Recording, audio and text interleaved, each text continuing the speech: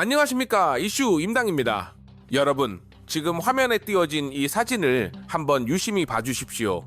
아마 인터넷 서핑을 하거나 뉴스를 보다가 한 번쯤은 스쳐 지나가듯 보셨을 아주 유명한 장면일 겁니다.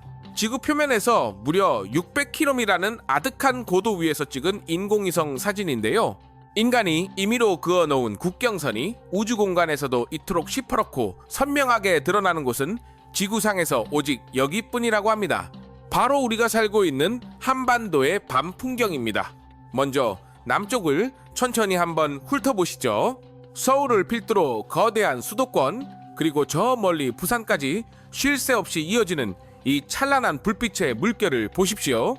마치 거대한 생명체의 혈관 속을 흐르는 피처럼 꿈틀거리며 빛을 내뿜고 있지 않습니까? 이것이야말로 24시간 단 1초도 꺼지지 않는 대한민국의 폭발적인 활력과 경제 성장의 증거입니다. 그런데 말입니다. 시선을 아주 조금만, 정말 종이 한 장 차이인 휴전선 너머 위쪽으로 쓱 올려보시겠습니까? 순간적으로 전기가 뚝 끊겨버린 것 같은 착각이 들 정도입니다. 마치 누군가 날카로운 가위로 지도에서 북쪽 부분을 싹둑 오려낸 듯한 거대한 암흑의 구멍이 눈앞에 펼쳐집니다. 평양이라는 아주 작은 점 하나를 제외하면 그야말로 완벽한 암흑천지, 죽음의 정적만이 감도는 세상입니다. 보통 우리들은 이 사진을 보면서 이렇게 가볍게 생각하곤 하죠. 아유, 북한은 정말 전기가 부족하구나. 참 가난하고 불쌍한 나라네. 하지만 북한 체제의 속살을 들여다보는 전문가들의 시선은 결코 가볍지 않습니다. 그들은 이 숨막히는 어둠을 단순한 경제적 빈곤의 증거로만 보지 않습니다. 이 칠흑 같은 암흑은 무려 2,500만 명에 달하는 소중한 목숨들이 바깥 세상과 철저히 단절된 채 거대한 콘크리트 감옥 안에 갇혀 신음하고 있다는 것을 보여주는 일종의 시각적 공포이자 비극이라는 겁니다. 그런데 최근 들어 이 숨소리조차 들리지 않던 어둠의 장막 속에서 아주 기괴하고 심상치 않은 소음들이 터져나오고 있습니다. 멀쩡하던 헌법을 뜯어고쳐서 대한민국을 주적이라 선포하며 위협하질 않나 자신들의 더러운 오물을 풍선에 담아 남쪽으로 날려보내는 저열한 도발을 일삼질 않나 심지어는 러시아와 위험천만한 밀착 행보를 보이며 앞날이 창창한 젊은 군인들을 머나먼 타국 땅 사지로 몰아넣고 있습니다. 도대체 김정은은 왜 갑자기 이렇게 미친 듯이 폭주하며 조급한 기색을 내비치는 걸까요? 그저 한 독재자의 광기 때문일까요? 아니면 우리가 아직 감지하지 못한 어떤 체제 유지의 임계점이 코앞까지 닥쳐온 걸까요? 오늘 이슈 임당은 이 두꺼운 어둠의 장막을 단숨에 걷어내고 그 내부에서 벌어지고 있는 처절한 붕괴의 신호들을 낱낱이 파헤쳐보려 합니다. 위성지도에 찍힌 점 하나하나에 은밀하게 숨겨진 군사시설의 비릿한 비밀부터 목숨을 걸고 사선을 넘은 최고 위급 엘리트 외교관의 충격적인 폭로, 그리고 파국을 경고하는 절망적인 경제 지표들까지 김정은이 왜 갑자기 어린 딸 김주애를 앞세워 무리한 사대 세습을 서두르는지, 그리고 그들이 가장 두려워하는 최후의 붕괴 타이밍이 과연 언제인지 지금부터 그 진실의 문을 열겠습니다. 여러분, 채널 고정하십시오. 국가라는 거대한 시스템이 정상적으로 돌아가려면 가장 먼저 필요한 게 무엇일까요? 맞습니다. 바로 돈입니다. 낡은 이념이 배를 불려주던 시대는 이미 오래전에 끝났으니까요. 그런데 지금 북한 경제는 그야말로 산소호흡기를 떼기 직전에 위급한 상황입니다. 제가 정말 충격적인 데이터 하나를 여러분께 공개하겠습니다. 최근 북한의 내부 경제 상황을 정밀 분석해봤더니 2017년 유엔의 강력한 대북 제재가 시작된 이후 북한 원화와 달러의 환율이 불과 1년 반 사이에 무려 4.9배나 폭등했습니다. 여러분, 환율이 5배 가까이 뛰었다는 게 도대체 어떤 의미인지 감이 오십니까? 오늘 내가 가진 전 재산이 내일 아침 눈을 뜨면 휴지 조각이 된다는 소리입니다. 한 국가의 화폐가 신뢰를 잃고 시스템이 완전히 붕괴했다는 가장 확실하고도 잔인한 증거죠. 도대체 왜 이런 파국이 벌어진 걸까요? 시간을 2017년으로 돌려봅시다. 북한이 ICBM을 쏘아올리며 도발하자 국제사회는 북한의 돈줄을 완전히 죄기 시작했습니다. 북한의 주 수입원이었던 석탄, 의류, 수산물 수출이 모조리 막혔습니다. 사실상 해외 수출이 0.0이 된 겁니다. 수출길이 막히니 나라에 달러가 들어올 리 없죠. 그런데 2024년이 되면서 코로나 봉쇄가 풀리자 중국에서 물건은 또 미친 듯이 사들여옵니다. 나가는 돈은 천문학적인데 들어오는 돈은 눈 씻고 찾아봐도 없는 상황, 전문 용어로 경상수지 적자가 폭발한 겁니다. 게다가 해외에서 노예처럼 일하며 외화를 벌어오던 노동자들의 송금액마저 확 줄어들었습니다. 이제 북한 장마당에서는 달러시가 말라버린 겁니다. 여기서 잠깐 이런 의문을 가진 분들도 계실 겁니다. 요즘 북한은 러시아랑 엄청 친하잖아요. 우크라이나 전쟁 특수를 누리며 돈을 벌고 있지 않을까요? 김정은과 푸틴이 활짝 웃으며 악수하고 포탄을 실어 나르는 뉴스를 보셨을 테니까요. 하지만 실상을 까보면 전혀 딴판입니다. 전문가들의 냉철한 분석에 따르면 러시아도 지금 국제 제재 때문에 북한에 줄 현금, 즉 달러가 없습니다. 대신에 자기들이 가진 원유나 밀가루 같은 물건을 던져주고 있죠. 네, 공장에 기름 좀 돌고 주민들 빵은 좀 구울 수 있을지도 모릅니다. 하지만 김정은의 통치 자금이 되고 장마당 경제를 돌리는 피 같은 존재인 달러는 전혀 유입되지 않고 있다는 겁니다. 북한과 러시아 둘 다 자원을 팔아야만 생존할 수 있는 구조라 서로 주고받을 실익이 별로 없습니다. 한마디로 시너지 효과가 0.1도 없다는 거죠. 결국 물가는 천정부지로 치솟고 쌀값은 폭등하며 주민들의 삶은 생지옥 그 자체가 되고 있습니다. 오죽하면 북한 당국이 돈이 없어서 화폐 개혁을 단행할지도 모른다는 흉흉한 소문까지 돌면서 주민들의 불안감은 극에 달해 있는 상태입니다. 경제가 무참히 무너지면 필연적으로 민심은 등을 돌리기 마련입니다. 바로 이 지점에서 김정은이 그토록 자랑하는 핵무기보다 수천 배는 더 두려워하는 실체적인 존재가 등장합니다. 바로 북한의 장마당 세대입니다. 1990년대 중반 북한 전역을 휩쓸며 수백만 명의 목숨을 앗아갔던 그 지옥 같은 대기근 고난의 행군 시기를 기억하시죠? 그 비극적인 시기에 태어나거나 코 흘리게 어린 시절을 보냈던 아이들이 이제는 북한 사회의 중추를 담당하는 2030세대가 되었습니다. 이들의 특징은 아주 명확하고도 서늘합니다. 이들은 태어나서 단 한 번도 국가로부터 따뜻한 쌀밥 배급을 받아본 적이 없는 세대입니다. 그렇기에 이들에게 국가라는 존재는 나를 먹여 살려주는 인자한 어버이가 결코 아닙니다. 그저 내가 힘들게 장사하는 것을 방해하고 툭하면 들이닥쳐 뇌물이나 뜯어가는 아주 귀찮고 사악한 약탈자일 뿐입니다. 노동당의 고리타분한 지시나 강연보다는 오늘 아침 장마당에 쌀 시세를 더 굳게 믿는 그야말로 뼛속 깊은 곳까지 자본주의화된 괴물 같은 세대가 탄생한 겁니다. 하지만 진짜 무서운 것은 이들의 손끝이 아니라 머릿속입니다. 이들은 2000년대 이후 북한의 삼엄한 감시망을 뚫고 아름아름 퍼진 남한의 드라마와 영화 그리고 세련된 가요를 보고 들으며 자라났습니다. 학교 교단에서는 미제 승냥이와 남조선 괴뢰들이 굶주림에 허덕인다고 세뇌당하지만 밤마다 이불을 뒤집어쓰고 몰래 훔쳐본 드라마 속 남조선은 눈이 시리도록 잘 살고 자유롭기만 합니다. 똑같은 민족인데 왜 저들만 저토록 화려하게 살고 왜 우리는 이 지옥 같은 구렁텅이에서 헤매야 하지?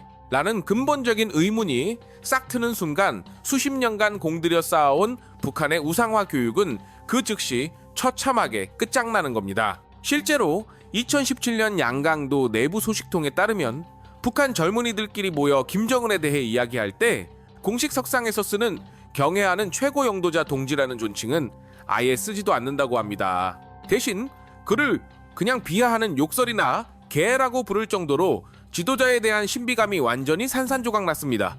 김일성과 김정일 시대에는 감히 상상조차 할 수 없었던 불경죄가 일상이 된 것이죠. 김정은 역시 이런 민심의 이반을 모를 리 없습니다. 그래서 지금 그는 미친 듯이 단속에 칼날을 휘두르고 있습니다. 최근 공개되어 전 세계를 경악게 했던 북한 내부 영상을 보셨습니까? 고작 16살밖에 안 된 어린 중학생들이 차가운 수갑을 찬 채 맨바닥에 꿇어 앉아 있는데 이들의 죄목이 고작 한국 드라마를 봤다는 것입니다. 과거 북한에서도 어린아이들은 소년 교양소로 보내는 것이 관례였지만 지금의 김정은은 얄짤없습니다. 이 어린 학생들에게 살인범에게나 내릴 법한 가혹한 형벌인 12년 노동교화형을 때려버립니다. 드라마 한 편 봤다고 인생을 통째로 날려버리는 이 잔인한 처벌은 역설적으로 김정은 정권이 한류 문화와 장마당 세대의 변화를 체제 붕괴의 도화선으로 보고 얼마나 극심한 공포에 떨고 있는지를 적나라하게 보여주는 증거입니다. 자, 여러분, 밑바닥 민심이 흔들리는 것만 문제일까요? 진짜 심각한 징후는 체제를 단단하게 떠받치고 있어야 할 가장 견고한 기둥, 즉 핵심 엘리트 계층이 속수무책으로 무너져 내리고 있다는 사실입니다. 2023년 11월 전 세계 외교가를 발칵 뒤집어 놓은 사건이 하나 있었죠. 쿠바 주재 북한 대사관의 리일규 참사가 가족들을 데리고 목숨을 건 탈출 끝에 대한민국으로 망명한 사건입니다. 이분은 그냥 평범한 외교관이 아니었습니다. 김정은으로부터 직접 표창장까지 받았던 북한 외무성의 핵심 브레인이자 그야말로 성골 엘리트였습니다. 그런 분이 한국에 와서 털어놓은 북한 외교관들의 처참한 현실은 정말이지 충격 그 자체였습니다. 북한 내부에서는 외무성 관리들을 가리켜 넥타이맨 꽃제비라고 부른다고 합니다. 겉으로는 번듯하게 양복 차림으로 외제차를 타며 화려해 보이지만 실상은 구걸하는 거지나 다를 바 없다는 자조 섞인 통탄인 거죠. 리일규 전 참사의 증언에 따르면 북한 외교관 한 달 월급이 얼마인지 아십니까? 놀라지 마십시오. 무려 0.3달러입니다. 네, 제가 잘못 말한 게 아닙니다. 300달러가 아니라 0.3달러, 우리 돈으로 단돈 400원 정도입니다. 북한 장마당 환율을 아무리 후하게 쳐줘도 2,400원 남짓인데 이건 쌀 1킬에도 채 살 수 없는 푼돈입니다. 이런 말도 안 되는 돈을 던져주면서 북한 당국은 끊임없이 그들을 쥐어짜고 있습니다. 충성 자금을 바쳐라, 수단과 방법을 가리지 말고 외화를 벌어와라, 성과를 못 내면 당장 끌려가서 가혹한 처벌을 받게 됩니다. 심지어 자식들의 미래를 위해 해외에 같이 데리고 나가려면 다른 아이들은 인질로 평양에 묶어두고 나가라는 잔인한 협박까지 일삼습니다. 특히 올해 2월 대한민국과 쿠바가 전격적으로 수교를 맺은 사건은 북한 엘리트 사회에 그야말로 핵폭탄급 충격을 던졌습니다. 쿠바가 어떤 나라입니까? 북한에겐 형제국이자 사회주의의 마지막 보루 같은 존재 아니었습니까? 김정은이 그토록 공을 들였건만 하루아침에 뒤통수를 맞고 한국과 손을 잡은 겁니다. 리일규 참사는 당시의 분위기를 이렇게 회상합니다. 북한 당국도 상상 못할 충격을 받았고 즉시 쿠바 대사관 직원 80%를 물갈이했으며 신문에서 쿠바 관련 기사가 싹 사라졌다고 말입니다. 김정은이 느꼈을 그 배신감과 고립감은 상상 이상이었을 것입니다. 이제 믿을 곳은 중국뿐이라고요? 천만의 말씀입니다. 고위급 탈북민들의 증언은 아주 단호하고 서늘합니다. 북한 주민들과 지도부는 단 한 번도 중국을 진정한 형님 나라로 생각한 적이 없다는 겁니다. 김일성 시대부터 내려오는 섬뜩한 유훈이 하나 있습니다. 일본은 100년의 적이지만 중국은 1000년의 적이다. 역사적으로 끊임없이 자신들을 간섭하려 했던 중국을 대국주의라 부르며 극도로 경계해 온 것이 북한의 본 모습입니다. 중국 역시 북한을 혈맹으로 보지 않습니다. 그저 미국을 견제하기 위한 유용한 도구 딱 그 정도로만 취급하고 있습니다. 이렇게 사면초가에 몰린 김정은이 꺼내든 마지막 카드가 바로 대한민국을 주적으로 선포한 것입니다. 헌법까지 뜯어고치며 통일은 없다, 대한민국은 제1의 적대국이라고 못 박은 이유는 진짜 전쟁을 하려는 게 아닙니다. 이건 철저하게 내부 결속을 위한 비겁한 쇼입니다. 자신의 경제정책 실패로 도탄에 빠진 인민들의 불만을 외부의 강력한 적에게 돌리려는 수작이죠. 야, 인민들아, 우리가 지금 못 먹고 못 사는 건 다 저 남조선 놈들 때문이야. 그러니까 딴 생각 말고 총 들고 싸울 준비나 해. 이렇게 공포정치를 극대화하는 것입니다. 하지만 지금 북한 군부 내부의 공기는 그 어느 때보다 차갑고 위험하게 흐르고 있습니다.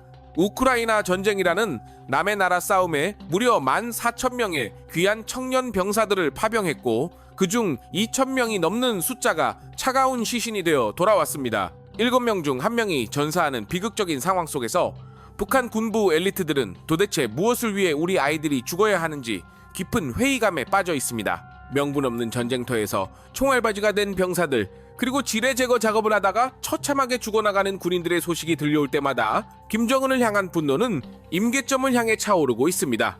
과거에도 김시황조의 반기를 들려던 군부의 움직임이 있었듯 지금 이 불만은 언제든 폭발적인 쿠데타의 도화선이 될 수 있는 아주 위태로운 상황입니다.